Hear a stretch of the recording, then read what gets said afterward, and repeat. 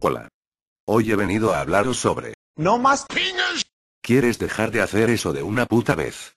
No. Bueno, hoy vine a acabar de hablar sobre el Assassin's Creed 1 y empezar a hablar de Assassin's Creed 2, pero antes tengo que decirles algo que me ha disgustado mucho. El 11 de noviembre fue mi cumpleaños, y nadie se dio cuenta, y se preguntarán que por qué no hago un especial, pues porque ya no tengo el Garry's Mod, y sin él no me saldría el especial como yo quiero. Bueno, ahora les daré mi opinión personal sobre el juego Assassin's Creed 1, empezaremos con lo bueno del juego. Gráficas, muy buenas. Jugabilidad innovadora. Ambientación, muy buena. Historia, envolvente. Duración, 25 horas si salvas a todos los ciudadanos, supes a todas las atalayas y haces todas las misiones. Ahora hablaré de lo malo, el único inconveniente para mí eran las misiones repetitivas, y que te saquen del Animus demasiadas veces, porque no te da tiempo a meterte en la historia de Altair. Y con esto acabamos de hablar sobre el Assassin's Creed 1, mi nota final para el juego es de 7 sobre 10. Ahora hablaré del Assassin's Creed 2. Empecemos. Argumento. Desmond Miles, un barman secuestrado por los templarios en el año 2012, consigue huir de la prisión de Abstergo gracias a Lucky Stillman, una asesina actual. Tras un par de peleas a golpe limpio con los guardias de Abstergo, escapan en un coche hacia el refugio de asesinos actuales. Allí, como en Abstergo, los asesinos poseen un Animus, una máquina que permite conocer la vida de tus antepasados volviendo a su época. Esta vez, Desmond se transporta al Renacimiento, donde conoce a su antepasado, Ezio Auditore da Firenze. Ezio Auditore da Firenze, un joven italiano que vivía la Dolce Vita a sus 17 años, se encuentra en un momento trágico de su vida, cuando las familias amigas de los Auditore conspiran contra su familia y consiguen encarcelarlos. Ezio logra hablar con su padre, Giovanni Auditore, banquero de la ciudad y asesino en secreto, en la cárcel, donde este le dice a su hijo que vaya a su casa, descubre una habitación contigua y secreta y se apropie de todo lo que encuentre allí. Ezio descubre en la habitación un baúl de su padre, una vestimenta de asesino, una espada y una hoja oculta del credo asesino rota, que más tarde Leonardo da Vinci reparará. No consigue impedir que asesinen a su padre y a sus dos hermanos, Federico y Petruccio. Ezio huirá de Florencia con lo que le queda de su familia, su hermana y su madre. Es asaltado por un grupo de soldados dirigidos por Vieri de Pazzi, enemigo principal de Ezio, en medio de campo abierto, y rescatado al borde de la derrota por su tío Mario, que lo lleva a su pequeña villa, Monteriggioni, donde aprende lo básico en lo referente a manejarse con la espada, así como técnicas de evasión y defensa, mientras aprende simultáneamente los secretos de su familia. Ezio Auditore logrará crecer como hombre a la vez que mejora sus dotes de asesino, fundamentales para llevar a buen puerto los desafíos que le esperan en la Italia renacentista. Para ello, contará con la ayuda de personajes históricos tan influyentes como Leonardo da Vinci, cuya visionaria concepción del arte, la naturaleza y la tecnología le llevarán a diseñar todo tipo de instrumentos con la única intención de ayudar a su querido amigo Ezio. El nuevo destino de este asesino se dibuja en la lejanía. Más allá de la venganza, se revela la necesidad de perpetrar el trabajo que, durante años, había llevado a cabo su progenitor entre las sombras. Una trama repleta de conspiraciones, engaños y enfrentamientos entre las familias más influyentes de la Italia renacentista, sirven como telón de fondo para una propuesta interactiva cuyo argumento goza de un protagonismo mucho más acusado que el de la primera parte. Además, la acción se desarrolla desde el año 1476 hasta 1499, por lo que interpretaremos el rol de Ezio Auditore da Firenze en una de las épocas más importantes de su vida, algo que resulta muy enriquecedor para la compleja trama que compone el título. El desarrollo de la aventura está perfectamente estructurado, lo que hace muy interesante seguir desvelando misterios en aras de llegar hasta el emocionante desenlace de la historia en el cual el protagonista persigue al español, el profeta de los caballeros templarios, Rodrigo Borgia, y este logra eludirlo pero pierde el fruto del Edén. Años después se convierte en papa logrando así tener el poder de la llave que comparte poderes con el fruto. Ezio consigue vencer al poderoso templario, aunque, justo antes de asesinarlo, Borgia consigue zafarse y empuja a Ezio. Con ayuda del fruto del Edén en el cetro papal, consigue abrir una cámara creada por los antiguos en la cual, donde según el templario debería estar Dios. Ezio acaba con él definitivamente antes de que entre en esa extraña cripta. Al penetrar él mismo se encuentra con la diosa Minerva, que habla sobre algo incomprensible para Ezio, pues es un mensaje a Desmond a través de los recuerdos del asesino donde le dice que la Tierra perderá su campo magnético y será destruida por el Sol. Una vez acabado el mensaje de la diosa, se acaba la secuencia del Animus y es justo en ese momento cuando los templarios consiguen averiguar la localización exacta de aquel refugio. Llegan soldados y Warren Vidic, donde tienen una amarga conversación sobre lo que cometió al huir de Abstergo, mientras Desmond pelea fieramente con una hoja oculta que Lucky le proporciona antes de marcharse. Durante pleno combate, los 4 asesinos del refugio consiguen huir, al igual que Warren Vidic y los templarios restantes. La historia acaba con los 4 asesinos huyendo en una camioneta hacia una cabaña más al norte hablando sobre ponerse a trabajar para averiguar más información para saber cómo detener los planes de Abstergo. Objetivos de Ezio, y miembros de la conspiración. Durante 23 años, Ezio Auditore dará caza a todos los responsables de la muerte de su familia. Sin embargo, la muerte de los culpables solo inicia una trama más grande que la que Ezio podría imaginar. Los personajes en cursiva pertenecen a los capítulos descargables La batalla de Forli y La hoguera de las vanidades.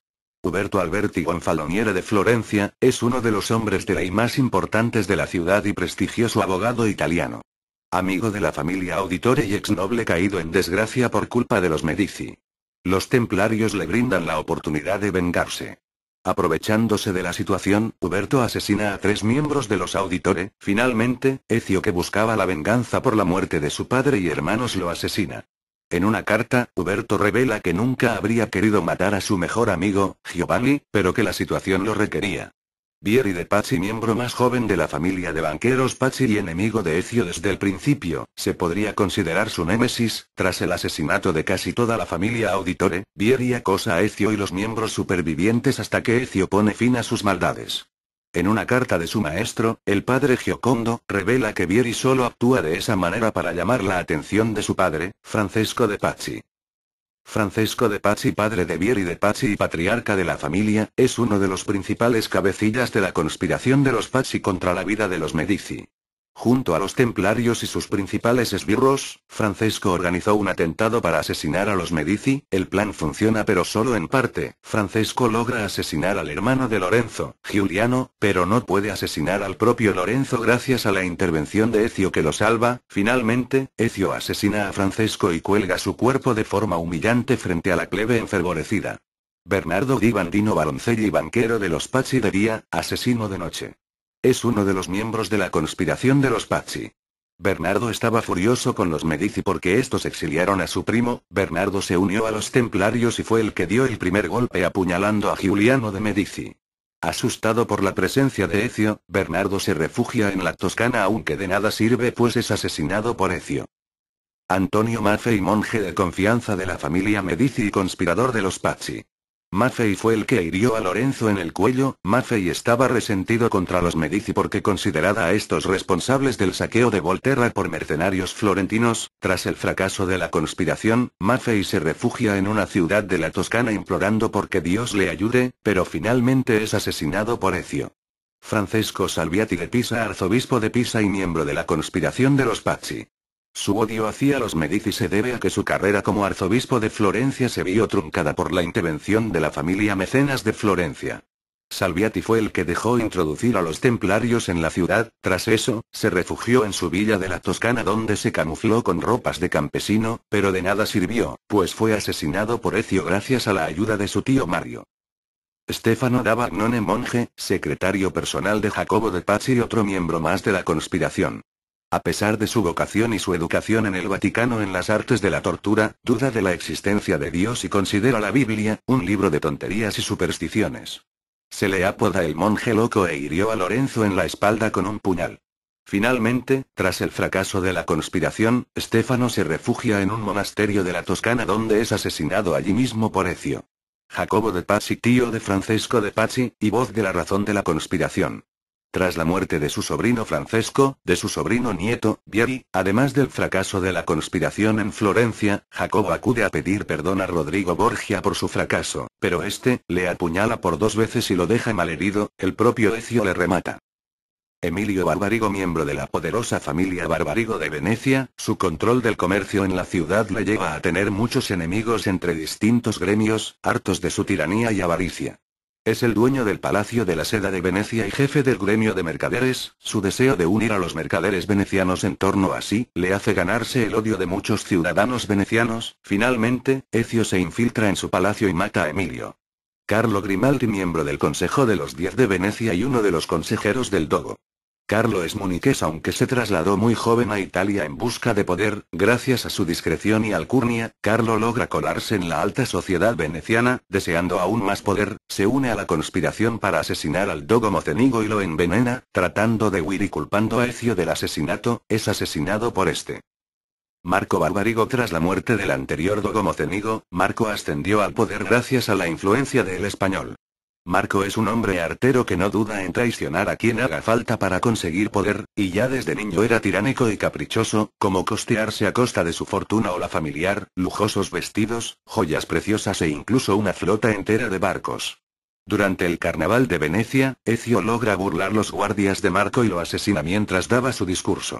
Dante Moro, guardaespaldas de Marco Barbarigo y Silvio Barbarigo. Dante era jefe de la guardia veneciana y heredero de una de las familias más ricas de Venecia, pero Marco se encaprichó de su esposa y atentó contra su vida clavándole un puñal en la cabeza, pero no consiguió matarlo, sino que le produjo graves lesiones cerebrales. Marco le obligó a firmar el divorcio y además le contrató como guardaespaldas. Tratando de huir hacia Chipre junto a Silvio Barbarigo, es asesinado por Ezio y es además el que confiesa cuál era su propósito. Silvio Barbarigo, el roso inquisidor de la ciudad de Venecia. Envidioso del poder y relevancia de sus allegados, se ha forjado una reputación de asesino gracias a los múltiples complots contra su propia familia para llegar a lo más alto. Tras la muerte de su primo Marco Barbarigo, Silvio decide huir hacia Chipre viendo que Venecia ya no es segura, pero durante el transcurso, es asesinado por Ezio junto a su guardaespaldas, Dante Moro. Ludovico y Cecco Orsi. Los hermanos Orsi pertenecen a la nobleza de Friuli. Amantes de la buena vida y las emociones, han amasado una buena fortuna como prestamistas y asesinos a sueldo, aunque esto último lo hacen por puro placer. Contratados por Caterina Sforza en el pasado para liquidar a su marido. El español les ha contratado ahora para tomar la villa fortificada de Chiorli. Girolamo Savonarola, monje de la Orden de los Dominicos que toma el poder en Florencia, ordenando la famosa hoguera de las vanidades, la quema de todos los textos sagrados y objetos de valor de los ciudadanos florentinos para así alcanzar un auténtico Edén en la tierra, libre de propiedades privadas, regresando así a un estado más primitivo. Todo gracias al fruto del Edén. Savonarola es el único enemigo de Ezio que no se encuentra conectado directa o indirectamente con Rodrigo Borgia. Asumió poder al arrebatarle la pieza del Edén a Ezio cuando éste se encontraba herido por mano de los hermanos Orsi. Rodrigo Borgia, alias el Español, el gran maestre de los templarios, apodado el Español por los templarios. Ambicionando poder, Rodrigo perpetró dos conspiraciones para hacerse con el poder en Florencia y Venecia y usó a dos poderosas familias para ello, los Pazzi y los Barbarigo, pero ambas fracasaron. Tras huir de milagro de Ezio y los Assassins, Rodrigo se refugió en Roma donde consiguió ser nombrado papa. Con el nombre de Alejandro VI, Rodrigo convirtió a la ya corrupta Santa Madre Iglesia en un nido de corrupción, libertinaje y asesinatos. Finalmente se desvelan sus verdaderos motivos, que eran conseguir los frutos del Edén. Para ello se hizo nombrar papa, pero es derrotado por Ezio en la propia Capilla Sixtina, aunque Ezio finalmente decide no matarlo. Bueno, ya no tengo más tiempo de vídeo, así que seguirá en la parte 3, nos vemos, adiós.